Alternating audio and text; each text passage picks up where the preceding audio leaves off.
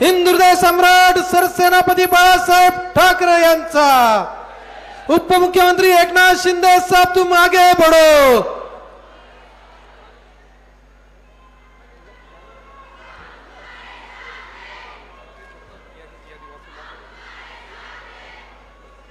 छत्रपति शिवाजी महाराज की जय भवानी। धर्मवीर छत्रपति संभाजी महाराज की। खरं म्हणजे आज 11 वाजल्यापासून आपण इथे उपस्थित आहात। सभा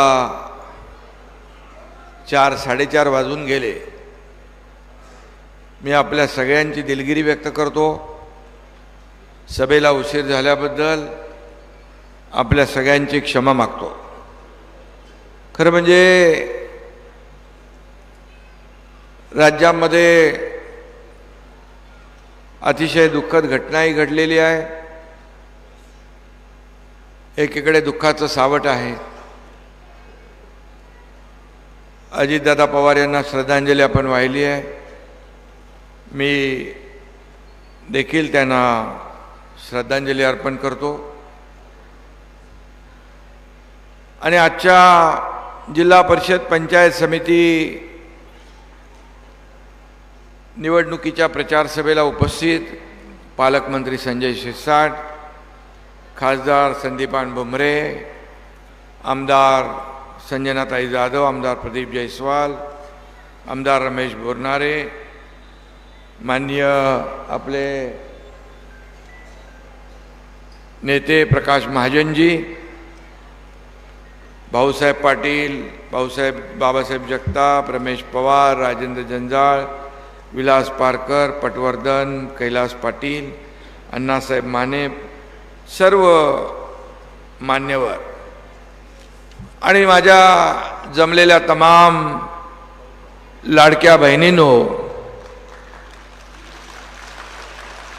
आणि लाडक्या भावांनो,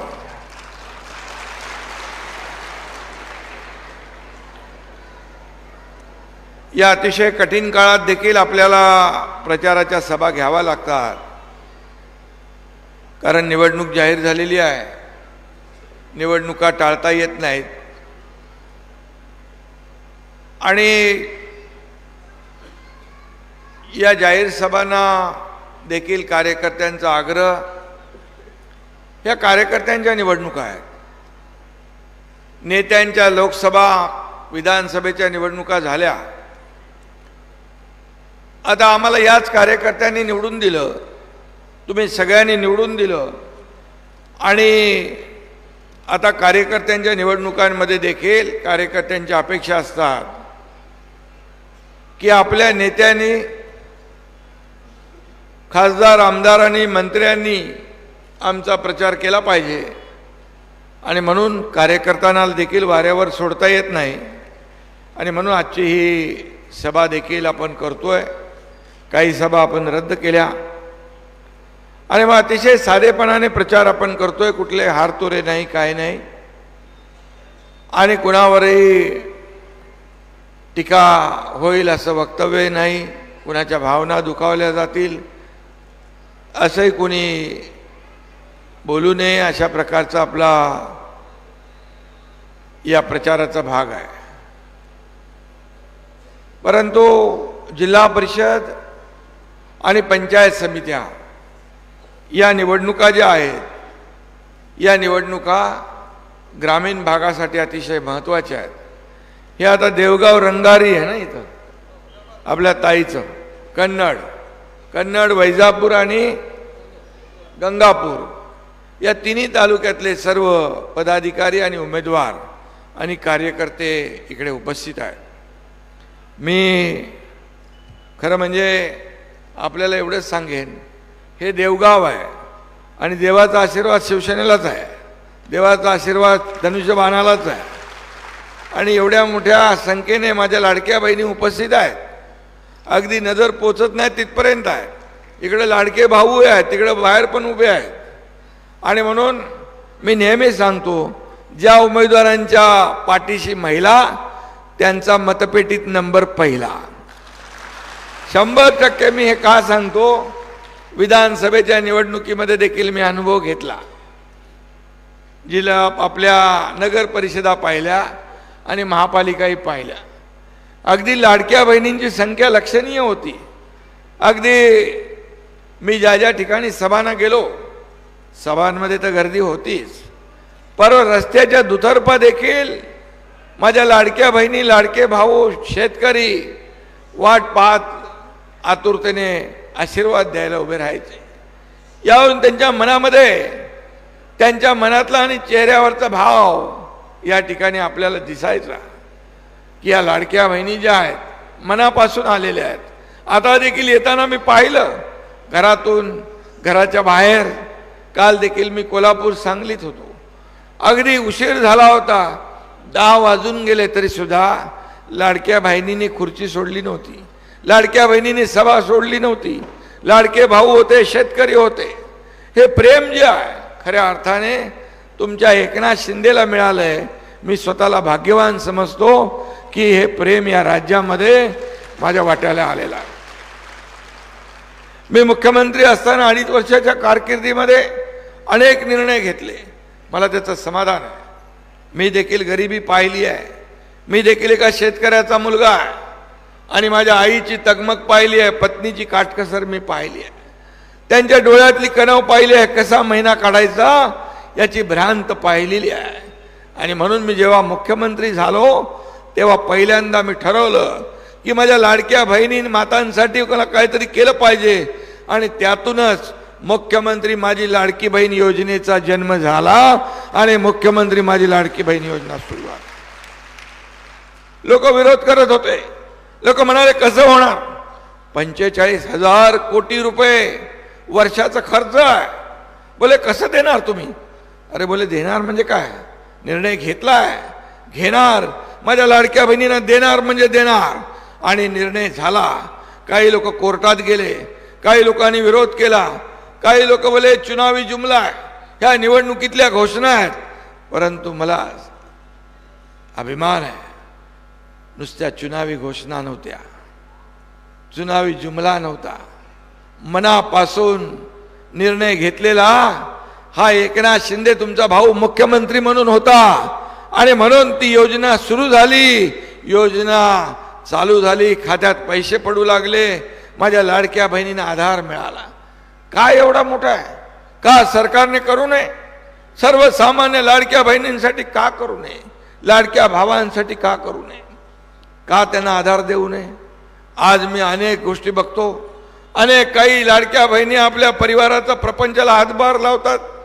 कुणाचं औषध पाणी असेल, मुलाचं शिक्षण असेल, कुठलं ऑपरेशन असेल ते करतात. काही लाडक्या बहिणी एकत्र येऊन छोटा मोठा व्यवसाय करतात. अनेक सक्सेस स्टोरी या राज्यामध्ये आपण पाहतोय. आणि कोणतरी म्हणाला मगाशी, तुम्ही किती 1,500 का देता? कोण म्हणाला 1,500 रुपये का देता? अरे तुम्ही जेव्हा पूर आला, अतिवृष्टी झाली, शेतकऱ्यांचं नुकसान झालं, तेव्हा एकतरी बिस्किटचा पुडा तरी नेला कोणाला दिला? आणि तुम्ही आम्हाला विचारता 1,500 का दिले? अरे 1,500 काय, जे आम्ही बोललोय, जो आम्ही शब्द दिला 2100 रुपयाचा, मला पत्रकार विचारतात, काही लोक विचारतात कधी देणार? योग्य वेळी तेही देणार, आम्ही तेही देणार. आम्ही जे जे वचननाम्यात बोललोय ते पूर्ण करणार. त्याचबरोबर वचननाम्यामध्ये देखील महायुतीच्या शेतकऱ्यांची कर्जमाफी देखील आम्ही शब्द दिलेला आहे. आणि मला आनंद, मला समाधान आहे. एक बैठक झाली आहे मुख्यमंत्री आणि आमची. मी आपल्याला सांगतो, योग्य वेळ आली, या शेतकऱ्यांचा कर्जमाफीचा निर्णय देखील महायुती सरकार घेतल्याशिवाय राहणार नाही. अरे आम्ही जे बोलतो ते करतो, त्याला हिम्मत लागते, धाडस लागतं. 45,000 कोटी रुपये माझ्या लाडक्या बहिणींच्या योजनेसाठी खर्च होतात. कधी परवा पेपरमध्ये वाचलं की लाडक्या बहिणींच्या योजनेमुळे काही लोकांनी कॅगनी त्याच्यावर काहीतरी ताशेरे ओढले. अरे याच्यामध्ये माझं एवढंच म्हणणं आहे या लाडक्या बहिणींना जे पैसे दिलेत त्याचं जर सर्वेक्षण केलं आणि काय काय लाडक्या बहिणींनी केलंय, कुठे कुठे हे पैसे वापरलेत, कशा कशामध्ये पैसे वापरलेत, कसे पैसे एकत्र करून छोटा मोठा व्यवसाय केलाय, हे जर पाहिलं तर ही लाडकी बहीण योजना पण अर्थव्यवस्थेला चालना देणारी ही लाडकी बहीण योजना ठरणार आहे. एका गावात मी गेलो होतो. एका गावामध्ये गेल्यानंतर एक कुटुंब होते, एक वयस्कर, आपल्या आजोबा आजी होत्या. मग काय झालं, काय करताय? बोले 1,500 रुपये आम्हाला मिळतात आणि आम्ही भात पिकवतो, नाचणी पिकवतो आणि त्या 1,500 मध्ये मिरची, मीठ, मसाला, तेल आणतो. काय काय सरकारचं काम नाही. सरकार कुणासाठी आहे? गोरगरिबाला न्याय द्यायचा नाही का? फक्त आणि फक्त धनदांडग्यांच्या मागे उभा राहायचं. आणि म्हणून हे जी काय पोटदुखी निर्माण झालेली आहे, ही पोटदुखी जी आहे, त्यांना वाटलं नव्हतं की ही लाडकी बहीण योजना सुरू राहील, सुरू होईल. अनेक लोक कोर्टात गेले, खोडा घातला. माझ्या लाडक्या बहिणींनी त्यांना चांगला जोडा दाखवला आणि 232 जागा आतापर्यंतच्या महाराष्ट्राच्या इतिहासामध्ये कधी विधानसभेच्या 232 जागा आल्या नव्हत्या. या माझ्या लाडक्या बहिणींचा चमत्कार, लाडक्या भावांचा चमत्कार म्हणून 232 जागा निवडून आल्या. मी मुख्यमंत्री असताना लाडकी बहीण योजना केली. तुम्हाला मी सांगतो, सगळ्यात आवडती योजना माझी कुठली असेल ते ही लाडकी बहीण योजना. मी त्याचे एक एक उदाहरणं बघतोय, अनेक सक्सेस स्टोरी आहेत. आणि म्हणून मी आपल्याला सांगतो, कोणी काही अफवा पसरवल्या तरी लाडकी बहीण योजना कधीही बंद होणार नाही. हा शब्द आहे आमचा. लेक लाडकी लखपती योजना केली. एसटी मध्ये 50% सवलत देण्याचा निर्णय आम्ही घेतला. एका मुलीने शिक्षणासाठी आत्महत्या केली. मी मुख्यमंत्री असताना टीव्हीवर बातमी पाहिली, रात्री 12:30 वाजता एका मुलीने आत्महत्या केली. उच्च शिक्षण, इंजिनिअरिंगचं शिक्षण घेत होती. 50% फी सरकार भरत होतं, 50% पालकांनी भरायचे होते. त्या मुलीला वाटलं माझा बाप आत्महत्या करेल म्हणून तिनेच आत्महत्या केली. अतिशय दुर्दैवी, मनाला चटका आणि वेदना लावणारी घटना घडली. मी संवेदनशील आहे, माणूस आहे आणि मी मुख्यमंत्री होतो. मी तात्काळ आठवड्याच्या आतमध्ये निर्णय घेतला. 50% नाही, 100% फी माफ करण्याचा निर्णय घेतला उच्च शिक्षणासाठी. सरकार कुणासाठी आहे? सर्वसामान्यांचं सरकार आपण म्हणतो. मग आमच्या राज्यामध्ये जर मुली शिक्षणासाठी आत्महत्या करत असतील त्याचा काय उपयोग आहे? काय राज्यकर्त्यांचा आणि आमचा उपयोग आहे? आणि म्हणून हे सर्वसामान्यांचं, गोरगरिबांचं सरकार आहे. गोरगरिबांचं सरकार. आणि म्हणून या गरिबांच्या सरकारमध्ये आम्ही या योजना सुरू केल्या. अनेक योजना सुरू केल्या. किती योजना आम्ही सुरू केल्या त्याचं जर वाचायला गेलो तर वेळ पुरणार नाही. परंतु प्रत्येक योजना सर्वसामान्य गरिबासाठी घेतली. शेतकऱ्यांसाठी शेतकरी सन्मान योजना केली. केंद्राचे 6,000 मिळायचे, राज्याचे 6,000 त्याच्यामध्ये आणखी ॲड केले. 6,000 रुपये वर्षाला मिळू लागले. पीक विमा योजना सुरू केली. सततच्या पावसामुळे होणारं नुकसान मिळत नव्हतं ते भरपाई करून दिलं. या ठिकाणी झालेलं अतिवृष्टीमुळे प्रचंड नुकसान आपण पाहिलं. या नुकसानीसाठी देखील 32,000 कोटीचं पॅकेज जाहीर केलं. दसरा होता आपला. दसरा शिवाजी पार्कला, मुंबईला दसरा मेळावा होतो. मी सांगितलं जिथं जिथं पूर आलाय, जिथं जिथं अतिवृष्टीने नुकसान झालंय तिथला एकही कार्यकर्ता मेळाव्याला येणार नाही. त्यांनी तिथल्या शेतकऱ्यांची सेवा करायची, त्याला मदत करायची, त्याचं कुटुंब उभं करायचं. आणि आपल्या लोकांनी देखील दसऱ्याचे तोरणं त्यांच्या घराला बांधली. 32,000 कोटीचं पॅकेज. हे सरकारचं काम आहे. हे सर्वसामान्यांचं सरकार म्हणतो आपण. मग सर्वसामान्यांच्या सुखदुःखामध्ये धावून जाण्याचं काम आपल्याला केलं पाहिजे. आणि मी म्हणूनच मगाशी म्हणालो, अनेक लोक मला विचारतात काय हे योजना वाढणार कधी, कर्जमाफी कधी होणार. म्हणून मी बोललो, जे आम्ही बोललोय ते बोललोय ते करून दाखवणार. जे फक्त फुकटच्या बापा तोंडाच्या बापा मारतात त्यांना फक्त बोलायचं असतं, त्यांना फक्त आरोप करायचे असतात. पण आम्ही आरोपाला आरोपाने उत्तर नाही, कामाने उत्तर देणार. हा एकनाथ शिंदे 2.5 वर्ष काम केलं, या पायाला भिंगरी लावून महाराष्ट्रभर फिरला. मला लोक विचारतात तुम्ही झोपता कधी उठता कधी. मी त्यांना म्हणालो मी झोपा काढायला नाही आलोय, लोकांच्या झोपा उडवायला आलोय. आणि या राज्यातल्या जनतेला न्याय द्यायचा आहे, मला या राज्यातल्या जनतेची सेवा करायची आहे. म्हणून 2.5 वर्षाची कारकीर्द आपण पाहिली. आता देवेंद्रजी 1 वर्षाची कारकीर्द पहा. राज्य पुढे चाललंय, राज्य पुढे चाललंय, राज्य विकासाकडे चाललेलं आहे. आणि यामध्ये सर्वसामान्य माणूस हा केंद्रबिंदू आहे.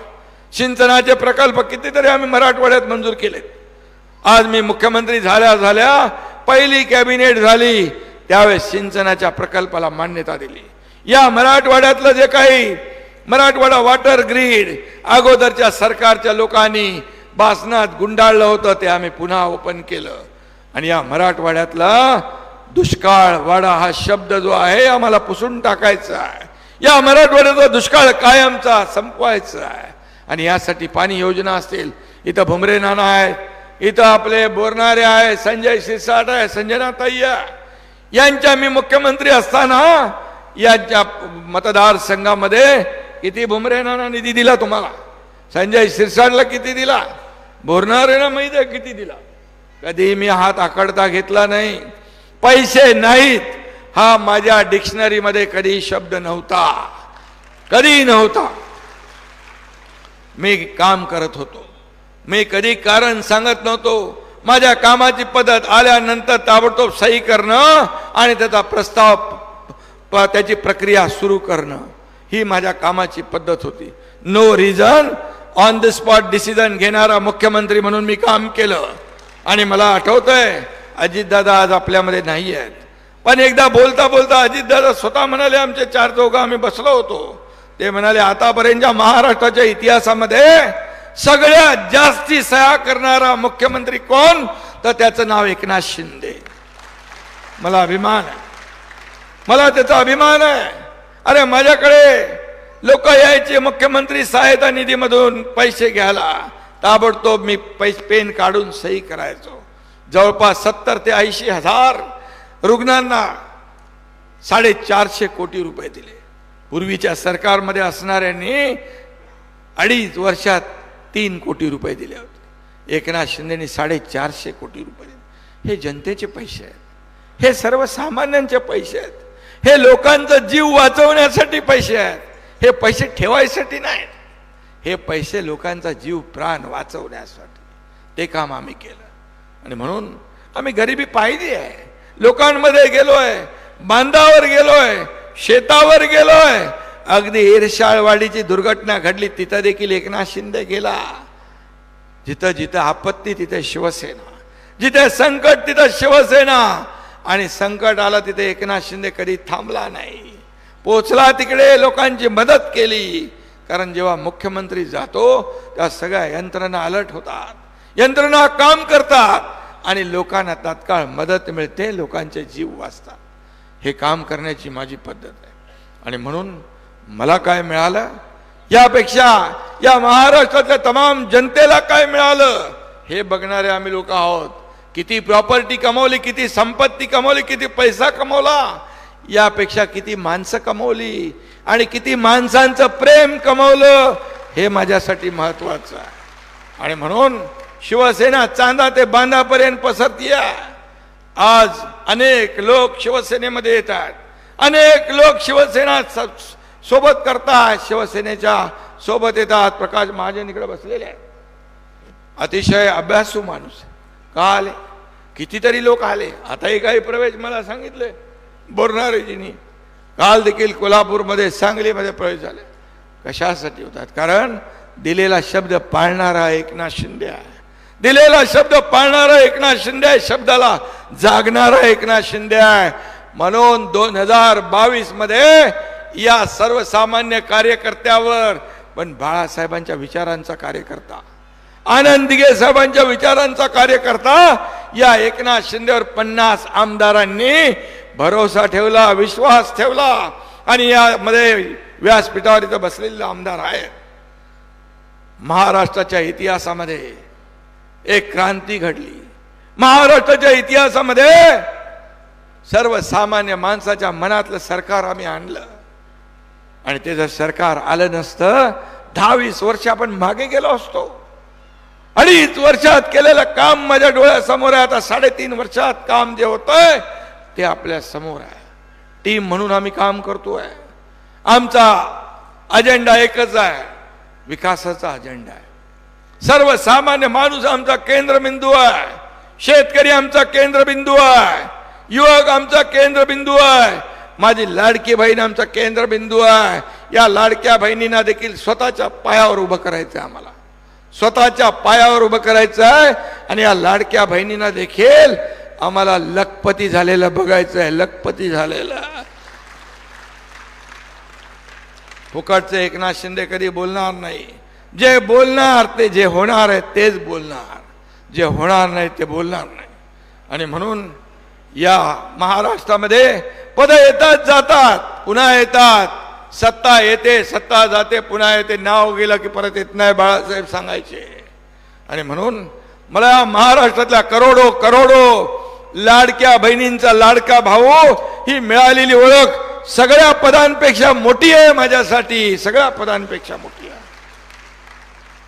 आणि म्हणून मी आपल्याला एवढंच सांगतो की येणाऱ्या ज्या निवडणुका आहेत, या येणाऱ्या निवडणुका आपल्या विकासासाठी आहेत. मगाशी संजनाताईने काय सांगितलं हॉस्टेलचं, ते तर ह्याच्याकडेच आहे. संजय शिरसाटकडे आहे ना काम. ते लगेच दे ना त्या ताईला हॉस्टेल.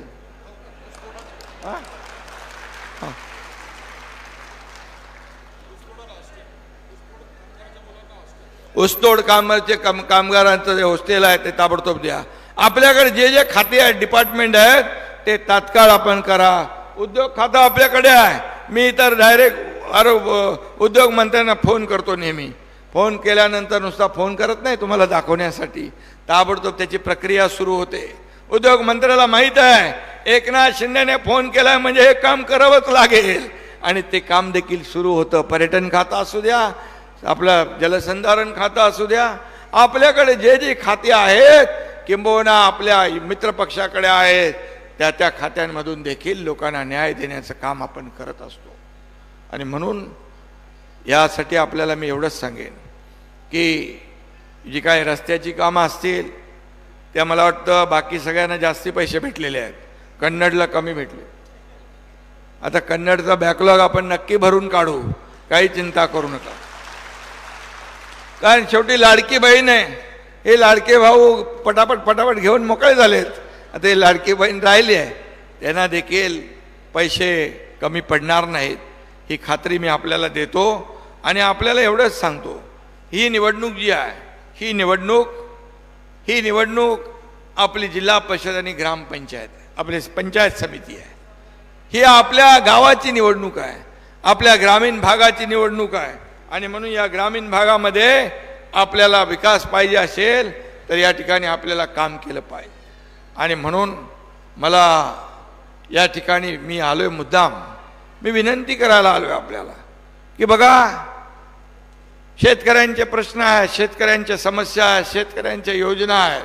अनेक योजना आपण ज्येष्ठांना ST मध्ये मोफत सवलत दिली, प्रवास मोफत केलाय, अनेक योजना केल्यात. कुठल्या योजना बंद होणार नाही. महाराष्ट्र मोठं राज्य आहे, महाराष्ट्र पुरोगामी राज्य आहे, महाराष्ट्र देशामध्ये नंबर 1चं राज्य आहे. आणि त्यामुळे केंद्राकडून देखील आपल्याला मदत मिळते. आपण देखील परवाचं कालचं बजेट देखील पाहिलं. या बजेटमध्ये देखील महिलांचं, आरोग्याचं, उद्योगाचं, पर्यटनाचं सगळ्या बाबतीमध्ये विचार केला आहे. एक सर्वसमावेशक 2047चं विकसित भारताचं जे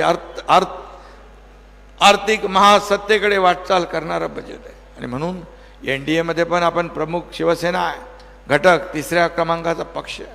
आणि म्हणून मी आपल्याला एवढीच विनंती करीन की मी आपल्याला हे सगळ्या घटना घडलेल्या असताना सुद्धा या ठिकाणी येण्याचं कारण आपल्याला मी सांगतो की होणाऱ्या ज्या काही जिल्हा परिषदच्या पंचायत समितीच्या निवडणुका ज्या येत्या 7 तारखेला होत आहेत, जेवढे आपले किती उमेदवार आहेत आपले धनुष्यबाणावरचे, संजय धनुष्यबाणावरचे जे आपले उमेदवार आहेत हे का बाकी काय मी सांगत नाही. आपल्याकडे इंडस्ट्री अमकं तमकं सगळं या संभाजीनगरला खूप दिलं आहे. खासदार इथं आता आपल्याला धनुष्यबाण जिंकायचं आहे. हां नाही तर आपल्याला तुम्ही दिल्लीला गेले आता इकडे सोडून असं काय नाही. खासदार आपलं काम करणारे आहेत आणि खासदार देखील आमदार आपले सगळे लोकांची नाळ जुळलेली आहे. आणि मग हे सर्वसामान्यांचं सरकार आपण म्हणतो तर 34 आपले जिल्हा परिषदेचे उमेदवार आहेत. का बोलणारे 41 आणि पंचायत समितीचे आहेत, डबल आहेत. पण मी आपल्याला शब्द द्यायला आलोय की आपण येणाऱ्या आणि आपल्याला मी सांगतो मगाशी कोणीतरी सांगितलं संजनाताईच बोलली की आता या निवडणुकीमध्ये लोक येतील काय काय आश्वासनं देतील अमकं करतो तमकं करतो पण बिलकुल त्याच्यावर भरोसा ठेवायचा नाही. एकनाथ शिंदे या भावाने माझ्या लाडक्या बहिणींना फक्त दसरा दिवाळीची ओवाळणी नाही प्रत्येक महिन्याची ओवाळणी दिलेली आहे आणि ती कुणी माईका लाल बंद करू शकणार नाही हे देखील मी सांगायला आलोय. आणि माझ्या लाडक्या भावांचा शेतकऱ्यांचा जे काय प्रश्न आहे ते देखील सोडवण्याचं काम आम्ही केल्याशिवाय राहणार नाही हा शब्द मी देतो. आणि म्हणून आपण फक्त एवढंच लक्षात ठेवा आपल्याला तात्पुरता माणूस वेळ काढण्यापुरता 7 तारखेपर्यंत निवडणुकीपुरतं कोण खोटं आश्वासन देईल कोण भूलतापा देईल कोण आणखी काय करेल हे न बघता आपल्या पाठीशी कायम स्वरूपी उभा राहणारा कोण आहे हे लक्षात ठेवून मतदान करायचं आहे. हे लक्षात ठेवून मतदान करायचं आहे.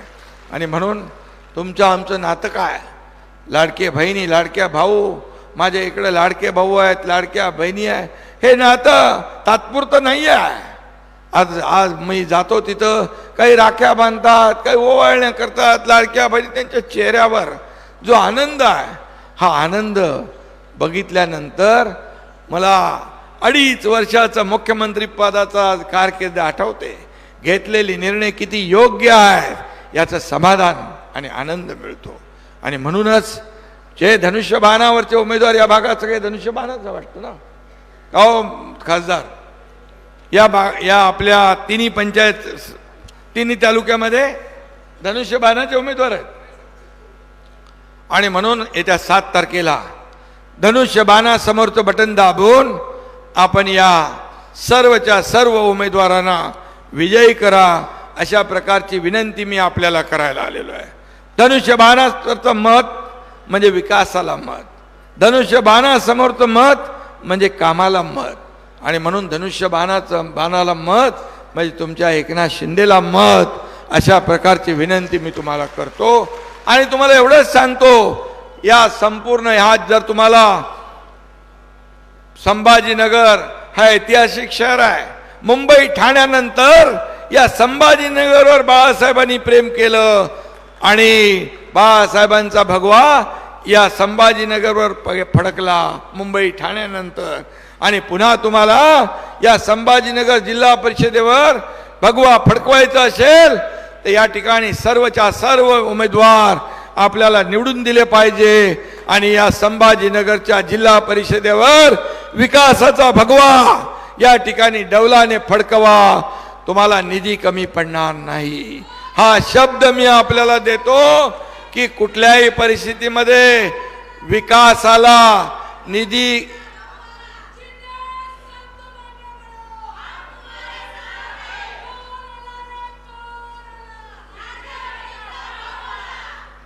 फक्त धनुष्यबाण लक्षात ठेवा फक्त धनुष्यबाण लक्षात ठेवा. आणि इकडे सर्व उमेदवार धनुष्यबाणावर आहेत. जोरात लाडक्या बहिणी आहेत माझ्या. आणि म्हणून तुम्हाला धन्यवाद खूप खूप मनापासून आपले आभार. खूप वेळ आपल्याला वाट पाहावं लागलं त्याबद्दल आपली पुन्हा एकदा दिलगिरी व्यक्त करतो. लाडक्या बहिणींची लाडक्या भावांची लाडक्या शेतकऱ्यांची धन्यवाद. जय हिंद जय महाराष्ट्र. यानंतर माननीय उपमुख्यमंत्री एकनाथरावजी शिंदे साहेब यांच्या नेतृत्वावर विश्वास ठेवून या ठिकाणी वैजापूरचे रविराज